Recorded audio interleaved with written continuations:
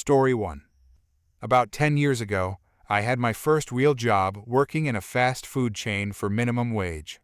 It was a bad job, but it was only to fill a gap between me dropping out of 6th form in Feb and starting my college course in Sep. After being there several months, the regional manager came over to visit and said about there being a few incidents regarding money missing from the tills that were never resolved. We're not exactly talking about the heist of the century here. It would be a few pence or at most £5 out, and this had only happened on a handful of occasions. Most were resolved to being mistaken orders on the tills or card receipts dropping behind the tills. Because of this, there was a new policy that they implemented where the staff members would each be personally responsible for their tills, meaning they required everybody to come in 15 minutes before their shift and stay 15 minutes after their shift to count the money in the tills. All of this time was unpaid. We were also told if the tills were short, we had to pay it back out of our own pockets on the same day, no exceptions. Of course, if the tills were up, they'd just call that a win for them and pocket the extra cash. The staff always lose. Naturally, everybody was pissed about this except for one brown nose who said it was great that people have to take responsibility for their mistakes. I guess unpaid overtime will teach us a lesson, right? I'm usually very quiet and introverted, but I will absolutely speak out from something I truly believe in or protest against something I don't. I was first to speak out against these new policies and questioned their legalities, to which the area manager responded with something along the lines of, "Feel free to check their legality. I assure you that we aren't breaking any laws." So I did exactly that. Later that night, I went home and checked our laws, and unsurprisingly, everything they were enforcing was illegal here. The area manager is based in Ireland, which more than likely has different employment laws, but his ignorance to our different laws and situation was painfully obvious. I called up the equivalent of a union. They don't exist here either, and they confirmed that it was illegal and advised me not to adhere to the policies. Next shift comes around, and I roll in at 11 a.m., my start time, and immediately the other staff start kicking off. I went upstairs, counted my float in the 15 minutes they expected it to take, and then actually started working at 11:15. I explained myself to the rest of the staff and showed them evidence, and they all decided to follow suit. Everybody except for Brown Nose. She insisted that we all needed to do our part for the company that pays us minimum wage, don't forget, and that we should be grateful for the jobs, still minimum wage. None of us took that on board and left her to carry on working for free if that's her choice.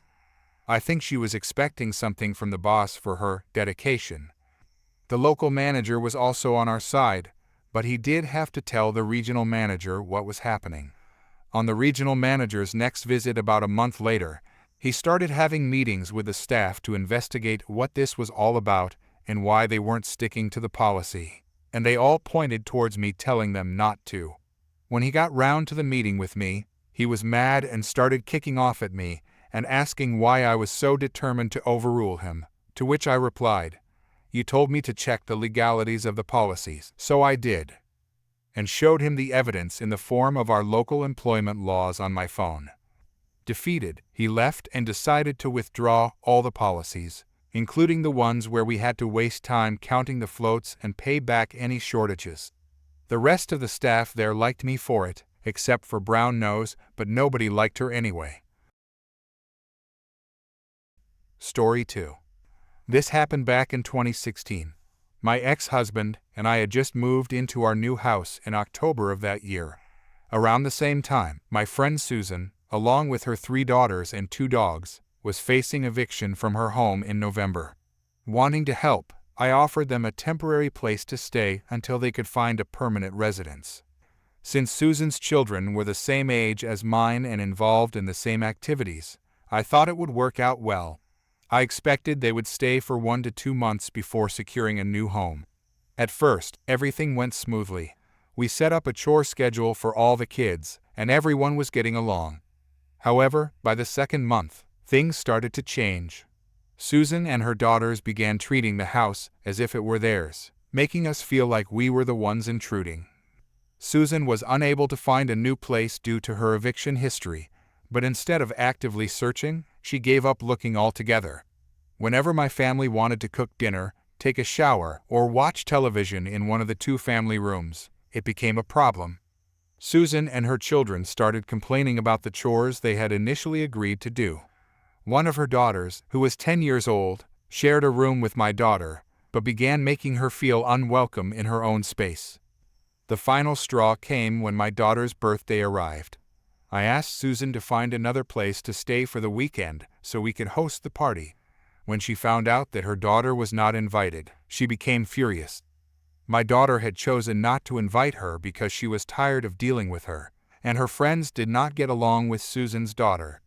Instead of understanding, Susan lashed out, calling my daughter spoiled and selfish. She even made several harsh remarks afterward, telling my daughters they needed to mind their own business and stop being so difficult. My ex-husband had had enough. He told me that Susan and her family needed to leave and issued a formal 30-day eviction notice. The following month was miserable. Susan's youngest daughter repeatedly blamed my daughters, saying it was their fault they were being forced out of their house. Thankfully, they spent most of their time at Susan's boyfriend's house, but whenever they were at ours, it was unbearable. Despite having an entire month to prepare, Susan did not start packing until the day she had to leave. My family had to gather her belongings, placing them in black garbage bags and boxes, and setting them on the front porch. We took pictures of everything because we knew her history of being vengeful. To avoid any issues, we invited a family friend to be present as a witness when she came to collect her things. We even allowed her to enter the house to check if anything was missing, but she never rang the doorbell or stepped inside. We assumed that was the end of it, but 3 months later, we received a summons in the mail. Susan was suing us for allegedly missing items. We were in complete disbelief. She claimed we owed her over $750 worth of belongings. However, we had made sure nothing was left behind. We had no interest in keeping any of her possessions. In response, we filed a counterclaim for damages she had caused to the house. The cost of repairs exceeded the amount she was suing us for. We hoped that by filing our claim, she would either drop hers or that the court would offset her claim with ours. On the day of the court hearing, we discovered that Susan had filed 2 separate claims.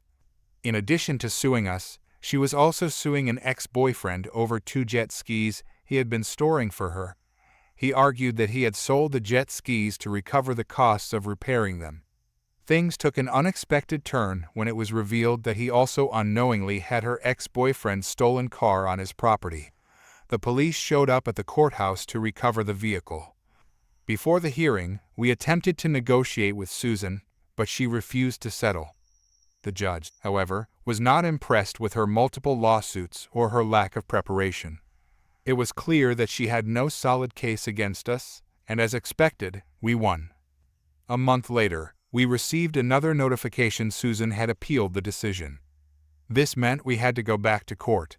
When the new hearing date arrived, she requested a continuance, claiming she had not been aware there was a scheduled hearing. The judge was not amused by this excuse and made it clear that if the case appeared in court again, the ruling would remain the same. Additionally, Susan would be responsible for covering our legal fees if she persisted. After dragging things out for another month, she finally dropped the case just 1 day before the next court date. She signed the necessary documents, officially bringing an end to the ordeal. Despite all of this, to this day, Susan continues to tell people that we treated her unfairly and took advantage of her. The reality is that we opened our home to a family in need, providing them with shelter for several months when they had nowhere else to go. Unfortunately, the experience was so exhausting that I am not sure I would ever make that offer again. Story 3. I was watching the legendary Yugo's owner and realized my dad and stepmom are stuck up their own Context: I grew up in a house with a twin, an older sister, and a younger brother. Growing up, I was the odd one out, being the second twin and often ignored by my family. I've had my fair share of trauma, including years of verbal and physical abuse from my twin and dad, which left me with anxiety, depression, and self-esteem issues. And recently I tried to kill myself from the built-up trauma, but that's not important. Let me get to the story. In May of 2024, I was in my senior year of high school and part of JROC Junior Reserve Officer Training Corps. I joined because I wanted to prepare myself to join the military, especially the Marines. I had been working with the Marine recruiters, talking about MOS and other things. I was 18 at the time and wanted my parents to be informed about the path I was choosing. The recruiters also wanted them to be involved, so I told my dad via text. Now, here's the thing: my dad's ex-Army, and my stepmom was ex-Navy. For some reason, they both despised the Marines. When I told my dad about my interest, he completely flipped out. They both barged into my room, yelling and cursing, demanding I hand over my phone because I'd been talking to the Marines.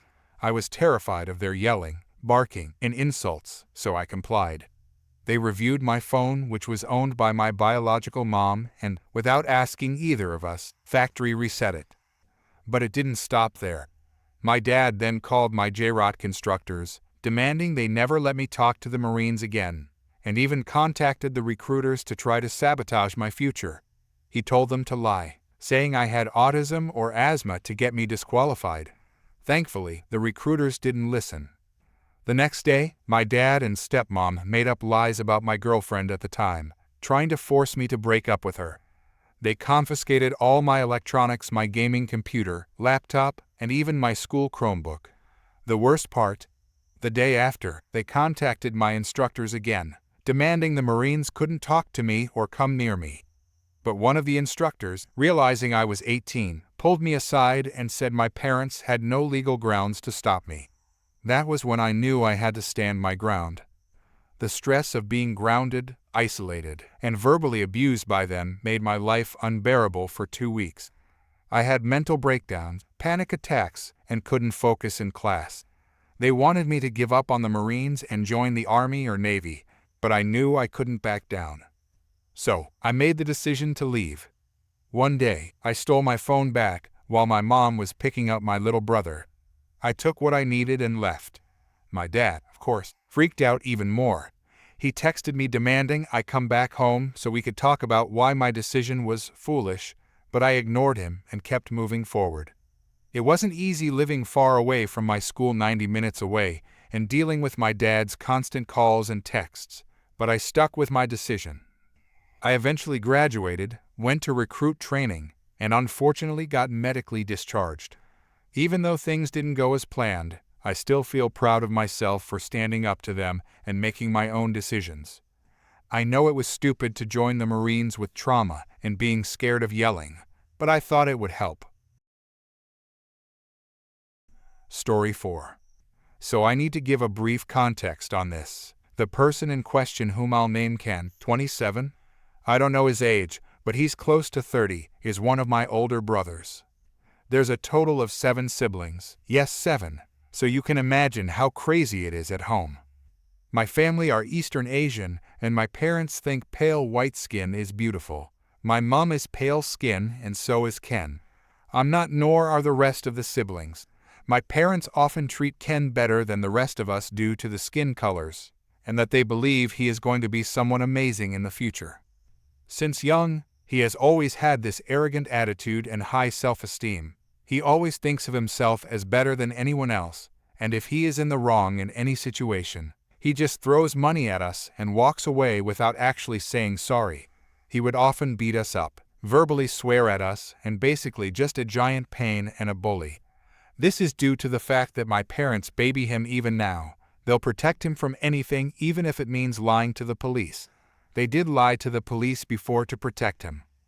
He also doesn't believe in mental health, and that it's an excuse for being weak. He's racist. He fat shames anyone who's slightly chubby and overweight, and he enjoys watching people suffer thanks to him. So right now in the present, I cut all connections with Ken due to lots of damages he had done towards me, including the things I already stated above. Ken believes he is entitled to lots of things. My parents' food and money. My parents' house. My stuff, aka my Switch, PC, TV, etc. Me and my younger sister's time, even when we are incredibly busy. Our rooms, etc. This is all due to the fact he thinks he is good looking, and he is financially better off. He looks like a toe. Years ago, he and his girlfriend got a baby girl, my beautiful baby niece. He became incredibly more entitled and a jerk. He demanded that I'm working, and my younger sister, she's in college, to babysit our niece 3 to 4 times a week. Of course, we said no 'cause we're busy. We wouldn't have minded if we were free, but in his mind, we don't have a life. We always have free time, and we're always lazy. So here's the conversation that followed. Ken, shut up, stop lying. I know you're free, so stop lying. Me. But I'm not. I'm genuinely busy. I don't mind babysitting her every once in a while, but I'm genuinely busy with work. Stop lying. I know you only work part-time, you lazy piece of trash. By the way, I work part-time somewhere, and I do translation work at home 'cause I speak 3 languages. Listen, right, I've had enough of your attitude. If I say I'm busy, then it means I'm busy, so stop being a jerk. In fact, I'm doing more babysitting for your daughter than I do at my part-time job. Shut up, you're her auntie. You should be spending time with her anyway. Are you trying to be a bad auntie? I should be charging you for all these free babysitting services I've been doing for you since I do have qualifications for childcare. Shut up, you money-greedy witch. I'm bringing her over tomorrow, so you better be there and babysit her. No, I have a shift tomorrow, so I can't, and my younger sister is going to be in college all day tomorrow. The conversation kept going, but in summary, he refused to believe me and my sister was busy and kept shouting at me. That very day, I went to work, of course, and my sister was in college. The only people at home were my older brother. He's dealing with personal issues, and my mom, who comes back to the house for her break since her workplace is 5 minutes down the road. Me and my sister left early in the morning to go to work and class.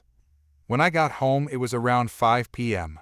It should be dark and quiet at home because Mom should be at work and sister should be in class, and my other brother should be locked up in his room as usual. But for some reason, all the lights in the house were on. Both mine and my sister's room were wide open, and I looked inside to see the rooms were messy. Blankets, pillows, and plushies were on the floor. My PC, Switch, and PS4 was on, and my makeup was all over the floor. I then heard some clatter in the living room, and I rushed over to see something I did not expect. It was my niece, alone in the living room, coloring in some papers. Me, hey niece, where's your daddy? Niece, daddy isn't here. What do you mean? Daddy said he went to do something and that you will babysit me. When did your daddy bring you over? She shrugged and kept coloring. I was at a loss for words. She was left alone without any supervision. Thank heaven she was safe and nothing serious happened, but this was incredibly dangerous. I didn't have Ken's number since I cut off all my connection with him, so I had to wait and look after her in the meantime. My sister and Mom came home and learnt about the situation and were livid. By the way, they came home at 8 p.m. and Ken still isn't back. My sister, she still has Ken's number and called him to see where he was. He didn't pick up. She rang his number again. Didn't pick up. We were confused. What on earth was going on? She tried once more, and this time he picked up. The conversation went as follows and was on a loudspeaker. Ken, hello? Heavy music can be heard playing in the background. Sister, where are you?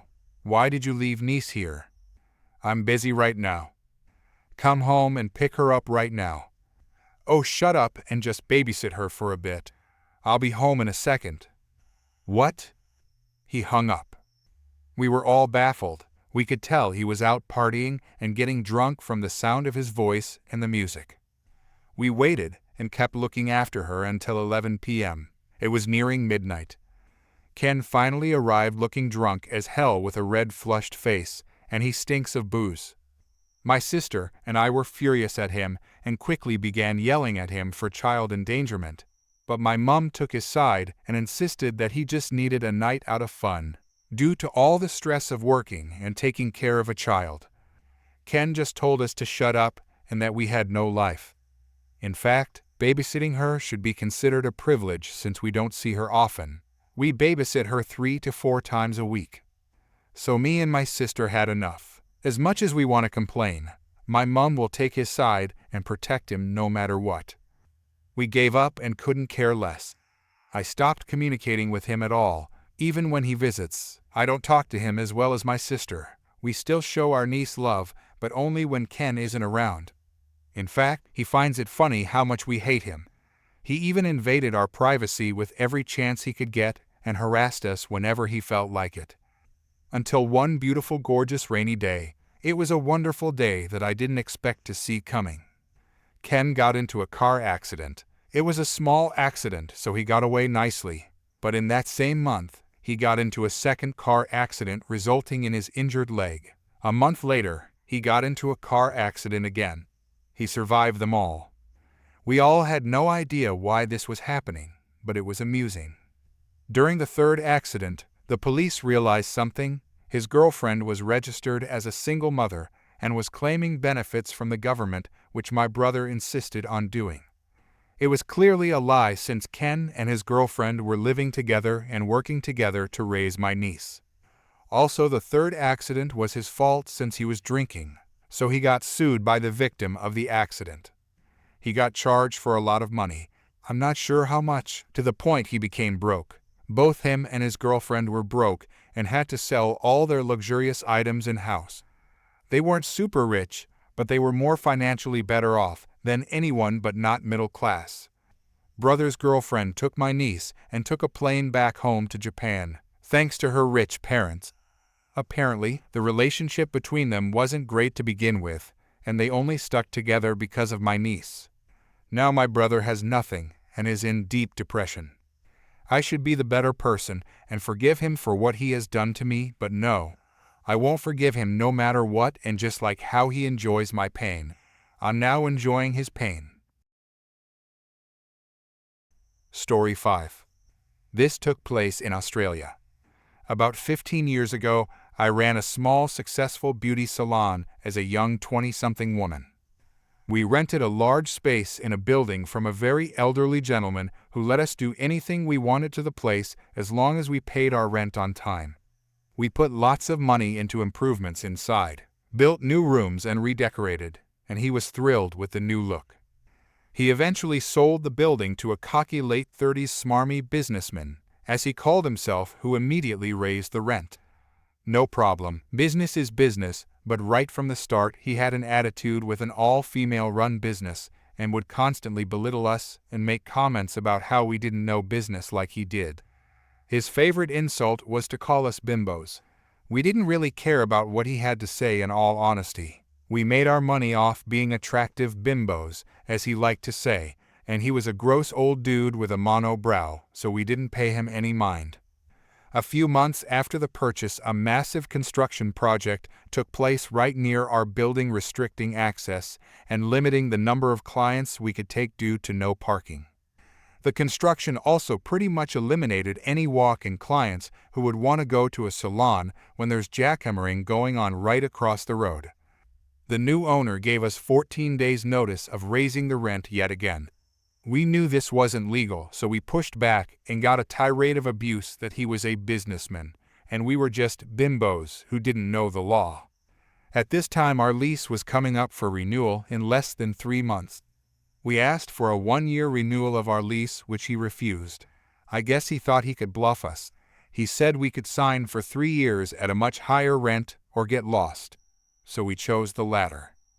With plenty of notice, we advised in writing that we didn't intend to renew our lease, and he hurled abuse at us yet again, saying he would have it rented in no time and we would regret it. We moved 5 minutes drive away to a better location for close to half the rent, and the place is actually still thriving today, although I have since sold my share and moved on to other things. During the last month of our lease, the landlord would bring prospective tenants into the property day and night. He would even open the doors while people were in treatments to let the prospective tenants look around. Fortunately, I think, due to the construction next door, we didn't have too many clients, but the noise drove every possible tenant away without us even having to say a word. The landlord had advertised the property, including many of the additions we had made. However, we had it in writing from the original landlord that they were to be removed and the shop returned to its original state. 4 bare walls, at the end of our lease. So that's what we did. We began to strip the place of the rooms we had built and move our stuff to our new salon. We took hundreds of photos for evidence and began the setup of our business out of our new location. Well, to say the landlord was furious would be an understatement. He got a lawyer to write us a letter demanding compensation for the destruction of his property. We just referenced our contract, which specified a building of X size with 4 walls. We were still bound by our original lease that we had signed with the lovely old landlord. No new lease had been entered into with Mr. Businessman. I offered for him to pay us for just half the costs of materials, no labor or contractor costs we had incurred, and we would leave the addition standing. He laughed in my face and told me he wouldn't pay $1, and that he would sue me for every dollar I made so hard that my grandchildren would still be paying my debt. He was a charming bloke. We showed him our agreement with the original landlord that all changes needed to be removed, and that this agreement would stand unless another was made and agreed to by the tenant and landlord at a later date. We stripped that place bare, didn't even leave a single shelf on the walls, cleaned it till it sparkled.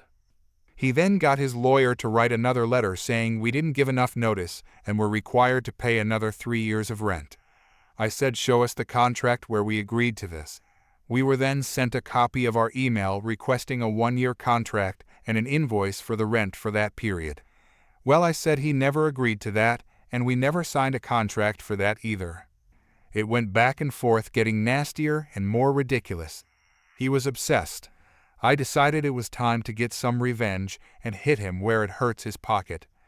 Every communication I got from his solicitor, I made sure was sent to my registered post. I would often respond to only part of a letter, requiring the solicitor to send another letter to follow up. I was a bimbo after all, right? I couldn't be expected to answer more than one question at a time. I would respond to each letter by email, but require a registered letter acknowledging receipt of my email. Solicitor was more than happy to oblige more billable charges to his client. The more petty the landlord got, the more petty I became in response. Don't even try to out-bimbo a bimbo, mate. The landlord had at this time also refused to refund our bond, claiming he hadn't had time to do a final inspection. So we lodged a claim with the appropriate ombudsman, and of course the landlord came back with a laundry list of fake damage claims. Luckily we had our photos to prove he was full of nonsense, and he had to return our bond in full. By this stage we had been out of the premises for 7 months, and were doing great at our new location. In that whole time, he couldn't get anyone to rent the place due to the construction, even after reducing the rent 3 times. He had spent so much money on solicitor fees and failing to collect rent that he had to sell the building, and his wife filed for divorce. We found this out when the daughter of the lovely original owner called us to tell us the sad news that he had passed away. He had always loved us girls, and we would always spoil him if he came to visit and fuss over him with coffee and biscuits, and give him his favorite treatment of a hand massage. The daughter was friends with Mr. Businessman's wife and gave us all the gossip. It took the new nasty owner another 18 months to sell the building, and all the while it sat empty, and he didn't collect a penny in rent. Guess he shouldn't have played chicken with the bimbos after all. We were actually pretty happy there, and probably would have stayed if he hadn't decided to prove that we were so inferior. Story 6. As requested, another entitled parent story featuring my kids' health issues. This is a bit of a long one. When my oldest daughter was born, she had some significant heart problems. Neonatal IQ for a while, and then at 10 weeks old, she developed supraventricular tachycardia, which basically means that her heart would beat excessively for no reason at all. She was in the pediatric IQ for 2 weeks after nearly dying from organ failure. She's fine now. This particular incident happened about a week after she was released from the IQ. She'd been sent home with a portable heart monitor. We went to the cardiologist once a week for the batteries on the monitor to be changed and the readings to be checked. On this day, we were sitting in the waiting room at the pediatric cardiology office. Wait times were insane here, as there are only 2 doctors for the entire region, and it wasn't unusual to wait 30 minutes or longer for an appointment. Entitled dad and bratty kid were the only other ones there. But here we are in the waiting room. My daughter is asleep in her car seat carrier, and I'm lightly half dozing. Something touched my knee. I look down and bratty kid is there. Me, hi. Bratty kid, is that a real baby? Yes, it is. Is it a boy? My daughter was dressed in a yellow sleeper with pink strawberries on it, lacy pink socks, pink hat. No, it's a girl. What's that? He's pointing to the heart monitor. That's to make sure her heart is beating right. Can I play with it? No, sorry, it's not a toy. I'm bored. I looked across the room and the dad was flat out asleep. He's actually snoring. Me? Why don't you go talk to your dad, then? At this moment, I'm called up to the insurance desk to fill out another form. The bratty kid had gone back to his dad, so I left my baby there as I was only about 4 feet away. I turned to go sit down and the entitled dad is awake and walking toward me. Do you have a toy my son can play with? Nope, sorry. He says you do. Give it to him. I don't. I need a nap. Just give him the toy so I can go back to sleep. There is no toy. You should have brought one for him if you wanted to sleep so bad. If looks could kill, he went back to his side of the room and I sat down. About another 10 minutes passed. Daughter is awake now and hungry. I'm digging through the diaper bag. As a first-time mom with a child in and out of the hospital, I hadn't had the time or energy to develop a system for the bag yet, so it took me a minute. By the time I'd found what I needed, my daughter was screaming and so was her heart monitor, the cords of which are in the kid's hand. The loud beeps from the disconnected monitor wake up the entitled dad. He shoots out of his chair. What is that? I don't even get time to answer before a nurse rushes out to us. She drops to the floor to check my daughter. Meanwhile, I snatch the heart monitor from the bratty kid's hand. That's mine. Give it back. Why are you taking his toys from him? Go back to sleep. It's all you seem to be good for. He grabs my arm and yanks the monitor from me to give it back to the kid, who promptly drops it. The nurse picks up the monitor. You need to leave now. This is sensitive medical equipment. If it's damaged, we're billing you for it. Entitled dad, you have no right to talk to me like that. Do you know who I am? Nurse, you're the guy who's about to get arrested if you don't leave now. On his way out, he screamed profanities at and about me, the nurse, and the clinic. His wife, who'd been in the back with the doctor, was told he was banned from the clinic and was handed a bill for the cost of the monitor. A few weeks later, during another appointment, the nurse told me he'd sued the clinic for emotional trauma. It was dropped when the clinic countersued for the cost of the monitor.